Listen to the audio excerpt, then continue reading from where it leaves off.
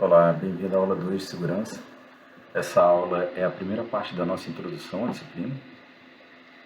Então, aqui na DCC 075, a gente tem segurança em sistemas de computação. Como já comentei, é mais aplicado em redes de computadores, em comunicação pela internet, né? Mas a gente tem uma visão geral com relação à segurança, criptografia em cima de arquivos, enfim, seja para ser enviado no meio de comunicação, ou seja também para a gente entender como proteger os nossos arquivos, mesmo que locais. Como motivação, a gente tem essa frase aqui, que é a frase inicial do nosso livro, que é do livro A Arte da Guerra, de Sun Tzu, que diz que a arte da guerra nos ensina a não confiar na probabilidade de o inimigo não chegar, mas na nossa própria capacidade para recebê-lo, e não sobre a sua chance de não atacar, mas sim no fato de que fizemos a nossa posição inatacável. Quer dizer, essa é uma motivação para a gente, quando a gente pensa na internet, hoje em dia, da forma que está, eu acho que é bem simples da gente visualizar que o sistema que não é protegido, ele, além de suscetível a ataque, provavelmente ele vai servir como um ponto de ataque para algum autor malicioso, algum usuário malicioso. Isso porque a internet já expandiu ao ponto de ter milhões e milhões de usuários, né? A gente não está mais falando aqui de um meio de comunicação onde só pessoas que se conhecem, se comunicam, como era lá no início da internet, né? Somente com redes acadêmicas, voltado mais para pesquisa. Então agora a gente tem uma rede comercial e aí tem trânsito de valores, por exemplo, né? Vocês devem utilizar aplicativos para banco, enfim, coisas que têm valor tanto de informação quanto valor até financeiro relacionado. Ou seja, a gente deve se proteger nesse ambiente esperando que possa sofrer um ataque, né? E não imaginar que não vai ser atacado. Quando vocês vão desenvolver, então, uma aplicação também para se comunicar na internet, ela deve ter esse viés, deve ter essa premissa de que eu preciso pensar em como proteger meus dados que estão sendo trocados, trafegados, enfim, na rede. O objetivo, então, do nosso curso é conhecer fatos e problemas sobre segurança computacional. Nós vamos compreender os principais conceitos, os princípios e mecanismos, visando criar sistemas seguros, compreender e aplicar, então, algoritmos de criptografia conhecidos, compreender também os protocolos criptográficos básicos e intermediários, a gente chega até nesse nível, né?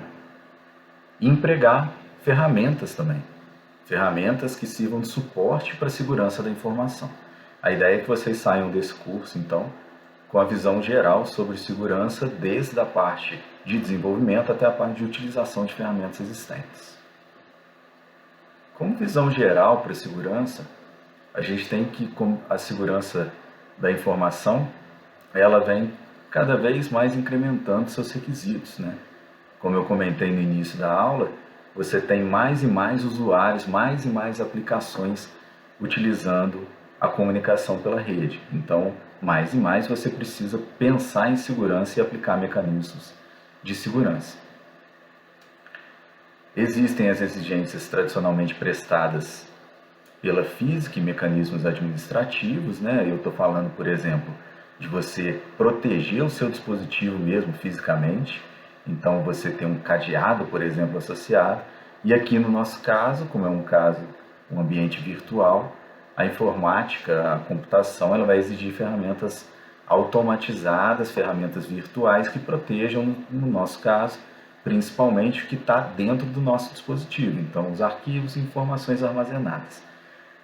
Como eu já comentei, a utilização de redes de comunicação ela tem aumentado e é a nossa premissa aqui do curso. Então, os objetos conectados, os dispositivos conectados, vão ter que ter medidas de proteção para poder trafegar, trocar dados de forma segura.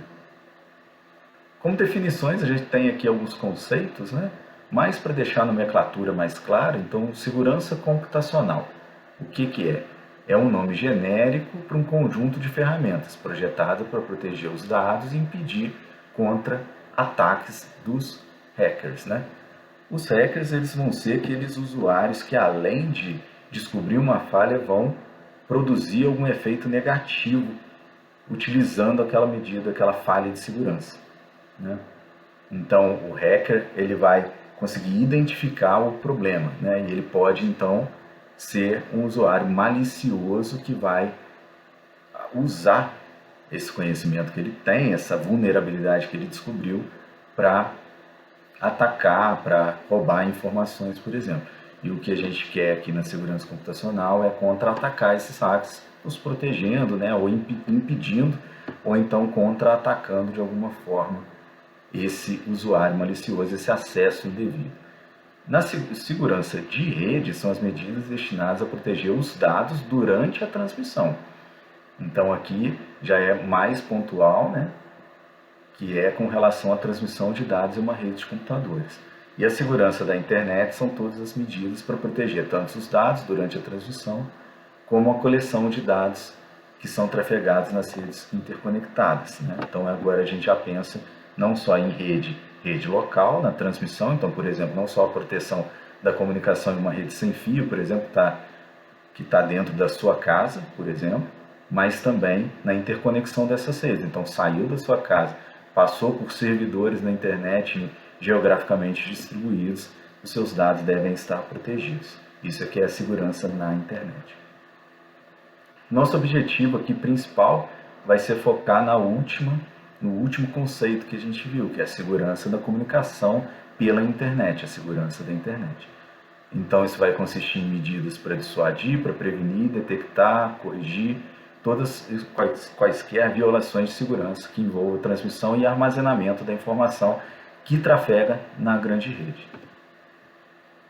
Um exemplo que a gente tem aqui é o usuário A transmitindo o arquivo para um usuário B, que está em outro ponto. O arquivo contém informações confidenciais que devem ser protegidas contra divulgação. Então, o usuário C é um usuário que não está autorizado a ler o arquivo, mas ele é capaz de monitorar a transmissão e obter uma cópia do arquivo durante a transmissão. Então, a gente vê que não tem nenhuma proteção entre o usuário B e o usuário A na sua troca de informação, porque o C está no meio compartilhado e ele consegue recuperar um arquivo, pegar dados, modificá-lo, enfim. No exemplo 2, um gerente da rede D, ele transmite uma mensagem para um computador chamado de E, que está sob o seu gerenciamento.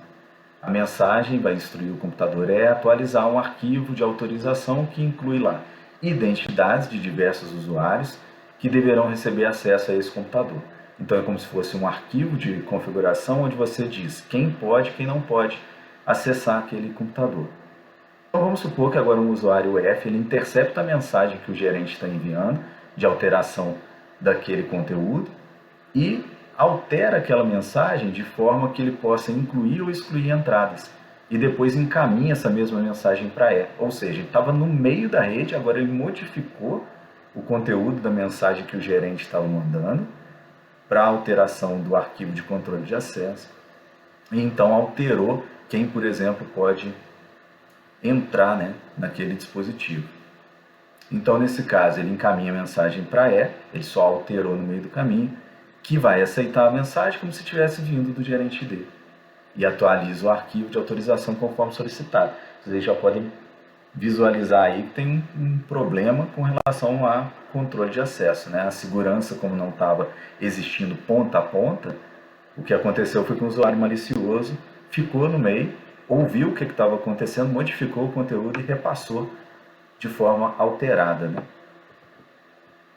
Agora, no exemplo 3, em vez de interceptar a mensagem, esse usuário F ele vai criar sua própria mensagem com as entradas desejadas e transmitir essa mensagem a E como se tivesse vindo do gerente B. Então, ele agora personificou, né? Ele não ficou só no meio e pegou uma mensagem que era original de D e que estava indo com destino ao servidor. Ele agora, ele fingiu ser D, né? Fingiu que ele seja o D. E o computador, então, ele vai aceitar a mensagem, porque ele acha que é do gerente D. Vai atualizar também o arquivo de autorização conforme a solicitação que foi realizada. Um outro exemplo seria um funcionário que, supondo que ele foi demitido sem aviso, ele ficou então insatisfeito, e o gerente de pessoal ele vai enviar uma mensagem para o sistema servidor para invalidar, desativar a conta desse funcionário. Quando a invalidação, né, a desativação daquela conta é realizada, o servidor então envia um aviso ao arquivo de funcionários com confirmação daquela ação. O funcionário então poderia ficar no meio da rede esperando essa mensagem, interceptar a mensagem e adiar ela. Ele não modificou, né, mas ele segurou aquela mensagem durante um tempo. Esse tempo foi necessário para ele fazer um último acesso ao servidor, pegar informações confidenciais, por exemplo. Então essa mensagem é encaminhada, depois, no futuro, a ação é tomada, desativação de conta, a confirmação é postada. Então parece que tudo deu certo, né? A diferença aqui é com relação temporal. A ação então do funcionário pode passar desapercebida até que alguém perceba que sumiram arquivos ou que alguém teve um acesso indevido num certo horário, mas exige uma análise posterior. No exemplo 5, a mensagem enviada de um cliente para uma corretora com instruções para diversas transações. A corretora aqui no caso de valores, né? E depois disso os investimentos perdem o valor e o cliente nega ter enviado a mensagem. É a mesma questão se uma mensagem é enviada então por um usuário, é real, e ela quando é enviada, você tem que ter uma forma de obter informações de que aquele usuário realmente então enviou aquela mensagem, que era realmente ele o autor daquela mensagem, porque senão ele pode dizer que aquela mensagem não era dele, né? Que não foi ele que enviou naquele momento. Isso pode então gerar problema, seu sistema tem que prever esse tipo de coisa. E existem mecanismos de segurança para todos esses tipos de ataques, vulnerabilidades que eu estou comentando, tá bom? A gente vai ver durante o curso. Nesse caso, a gente pode entrar então no pensamento do desenvolvimento e as complicações que podem existir, né? Em geral, as soluções de segurança elas são complexas, né? Porque vai exigir tanto o desenvolvimento de algoritmos e serviços como o funcionamento deles, né, no decorrer do tempo. Então, não só um algoritmo é desenvolvido para segurança em um dado momento, mas ele precisa ser alterado ou precisa se adaptar em algum momento e existir verificações intermediárias durante trocas de mensagem, por exemplo, né? Como exemplo aqui, a gente tem que exige que participantes que tenham acesso a uma chave secreta, essa chave ela é distribuída entre os participantes e esses participantes vão utilizá-la para estabelecer uma comunicação segura. Isso é legal, né? A gente tem aqui como se eu passasse para vocês uma senha, que todo mundo que tem posse daquela senha pode acessar uma sala, por exemplo, né? Ou pode entrar numa videochamada, né? Agora, como que eu crio essa senha de forma que ela seja forte? Como que eu distribuo de forma que ninguém que não deveria receber ou não deveria ter acesso, né, não acesse aquela senha? E como que eu protejo essa chave uma vez que eu já tenho essa senha, né, essa chave? Eu distribuí para você, como que você guarda de forma segura, né, que ninguém possa chegar, pegar a sua chave e personificar? Todas essas são formas que a gente vai ter que discutir conforme o nosso curso for avançando. Aqui eu tenho para vocês essa parte de motivação para dar uma olhada com relação aos ataques, né? Como eu comentei no início da aula, você tem que lá em 1990, quando abre a internet, né, década de 90 na verdade, lá em 94, você tem tipos de ataques que vão surgindo. Porque uma vez que a rede passa a ser comercial, ela passa a pessoas terem interesses em alguns pontos, né, em algumas informações, alterar algumas coisas, enfim, né, vai ficando mais interessante de você ter ataques associados. No início, você tem mais ataque de engenharia social na internet, então é conversando com a pessoa até conseguir obter um dado. Isso acontece até hoje, né? A pessoa envia uma mensagem tentando resgatar um código do WhatsApp para clonar o WhatsApp, por exemplo, né, um mensageiro instantâneo, e aí ela liga para a pessoa, manda uma mensagem e diz: você recebeu um código aí, esse código você precisa me informar por algum motivo, e aí obtém aquele código e personifica e consegue roubar o aplicativo da pessoa, né, a conta da pessoa. Enfim, isso é um tipo de engenharia social, né? Não tem nenhuma tecnologia associada, a não ser uma vulnerabilidade mais social de relação das pessoas. Depois você vem com os farejadores, que seriam olhar o que está acontecendo com relação aos pacotes que estão passando, que tipo de pacotes que são, qual o conteúdo que tem. Então eu envio usuário e senha por um pacote na internet para autenticação na minha conta de e-mail. E aí vamos supor que ela não tem lá aquele cadeadinho, né? Ela não tem lá o HTTPS, um certificado. Então a comunicação é toda sem criptografia. Se isso acontece, um farejador seria um computador, um dispositivo que fica no meio, uma aplicação que fica escutando tudo que está passando e pega todos os dados que estão passando. Uma vez que você fareja, que você consegue estar no meio da rede, escutar o que está passando, você pode fazer todas aquelas situações que a gente viu ali anteriormente, né? Falsificação dos pacotes, você pode personificar e fingir que é uma pessoa que você não é, você pode sequestrar uma sessão. Então, se vocês lembrarem lá de redes de computadores, você tem uma sessão estabelecida com TCP, né? Um protocolo de comunicação que vai estabelecer a sessão. No momento que ele estabelece a sessão, você pode estar no meio dessa rede, conseguindo obter os dados como se fosse o usuário original, você fingir que é ele e sequestrar aquela sessão do usuário. Mas ataques desse tipo, eles foram mais comuns na década de 90. Se a gente for avançando aqui dentro dos ataques, a gente vê que desde o final da década de 90, perto de 2000, você começa com ataques mais sofisticados, né? Ataques que tanto passam por vulnerabilidade de sistemas operacionais, que até hoje a gente vê bastante coisa acontecendo, né? Vulnerabilidade de aplicações. Você tem o início dos ataques de negação de serviço, né? Ataques do tipo aqui, distribuídos de negação de serviço, DDoS, né? Distributed Denial of Service. E nesse caso aqui seria que o que eu quero fazer é derrubar a infraestrutura existente. Então eu tenho um serviço qualquer, eu tenho um serviço aqui de troca de mensagens, o que eu faço é gerar muita requisição ou explorar alguma falha de forma que ele fique indisponível, né? São ataques que visam derrubar o serviço por algum motivo. E depois a gente vê, esses são ataques muito comuns hoje em dia, né? E eles têm cada vez mais ganhado força, utilizando diversas máquinas distribuídas no mundo com vulnerabilidades. Então eu tenho um dispositivo, um celular, eu tenho um computador que usa um sistema operacional, uma aplicação, que ele é controlado remotamente. Então ele se torna meio que um robô, e esse robô pode gerar ataque do tipo enviar pacote para um destino único, né? Então sobrecarregar aquele destino, enfim.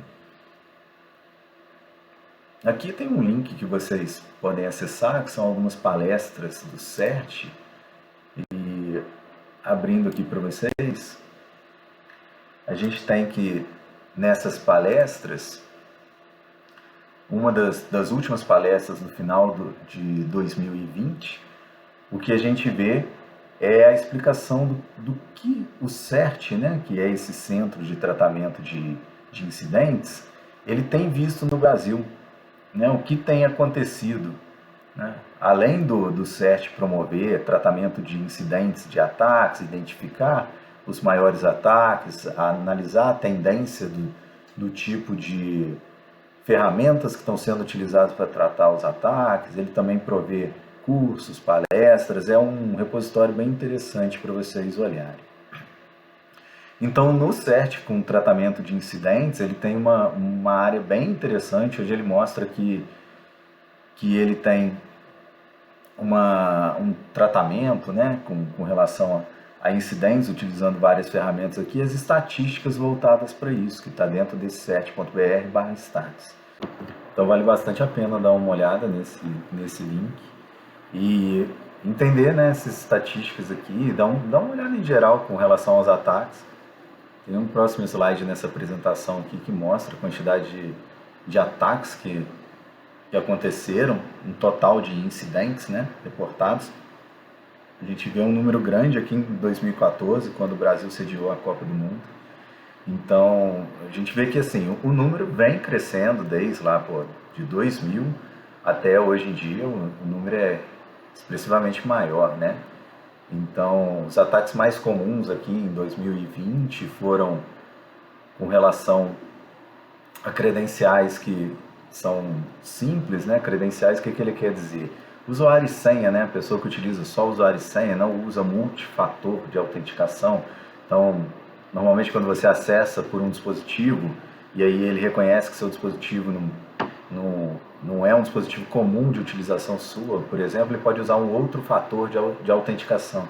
Te enviar um e-mail, te enviar um SMS, algo que seja um fator a mais para você provar que você é você mesmo, né?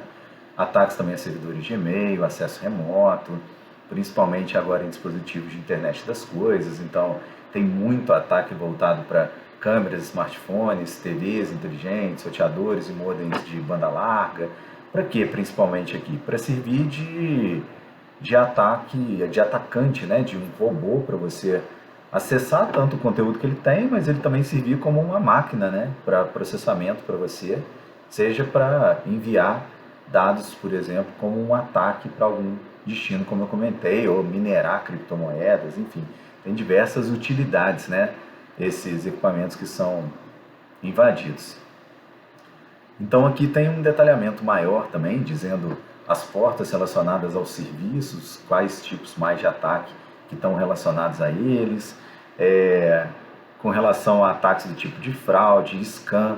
Scam aqui é aquele que eu comentei um pouco antes, que seria você verificar as portas abertas. É o primeiro passo para um ataque, geralmente, na internet é esse, né?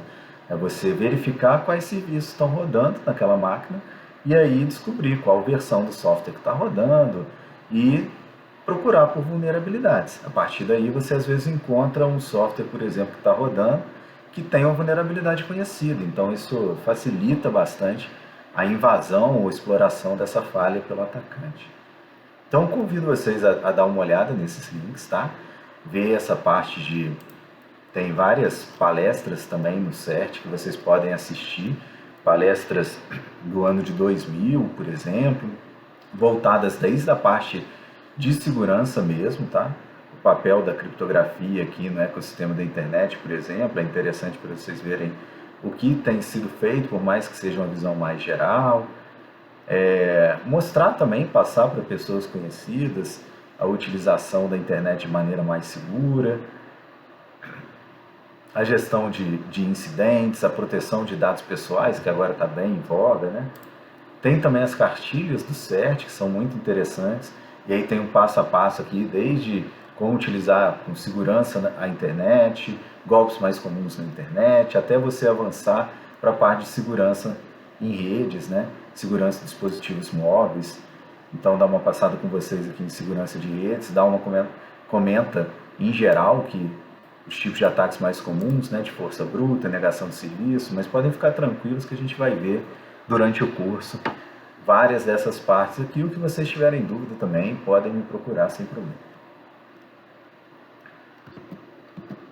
Voltando aqui para nossos slides, a gente tem então que o CERT ele é esse centro de resposta, né, a incidentes, é o centro de estudo, resposta e tratamento de incidentes voltados para a segurança no Brasil, né? Ele é mantido pelo NIC-BR, isso quer dizer que é um órgão vinculado ao Comitê Gestor da Internet no Brasil e ele vai atender a qualquer rede brasileira conectada à internet, então redes acadêmicas e redes também de provedores, como qualquer empresa de telecom que vocês lembrarem aí, tá bom? Qualquer provedor de acesso. O CERT-BR ele fez um comentário interessante de ataque de negação de serviço. Já venho falando com vocês aqui repetidamente que negação de serviço tem crescido muito, né? No ano de 2017 eles receberam 220 mil notificações sobre computadores que participaram de ataques de negação de serviço. O número foi 4 vezes maior que o número de notificações de 2016. O que ele quer dizer com notificação? É que máquinas perceberam, ou sistemas perceberam que estavam sofrendo ataque e reportaram isso ao CERT. A maioria das notificações de ataques de negação de serviço foi recebida em julho de 2017. Eles foram originados, em sua maior parte, de equipamentos de internet das coisas, que foram infectados e fizeram parte de uma botnet, né, de uma rede de robôs, como eu já comentei aqui. Então, com o crescimento da internet das coisas, vocês já conseguem perceber, né, que Em 2025, tenho expectativa de que você tenha por volta de 50 dispositivos até conectados na casa de uma pessoa. Então, cada um desses dispositivos vai ser um equipamento em potencial para poder gerar um ataque ou sofrer uma invasão, né? Então, é por isso que a área de segurança ela tem cada vez mais recebido atenção. Então, não esqueça de acessar as estatísticas do site do CERT pelos nossos slides, tá? E nessa aula, então, o que a gente viu foi a motivação do nosso curso, por que é importante segurança e por que cada vez mais ela vai ser importante. Nós vimos o CERT, a visão geral das estatísticas, comentei com vocês alguns documentos que tem lá, então eu convido vocês a visitarem o site e darem uma olhada nas cartilhas e postarem nos nossos grupos. Na próxima aula a gente vê mais sobre ataques e mais detalhes do nosso curso. Obrigado.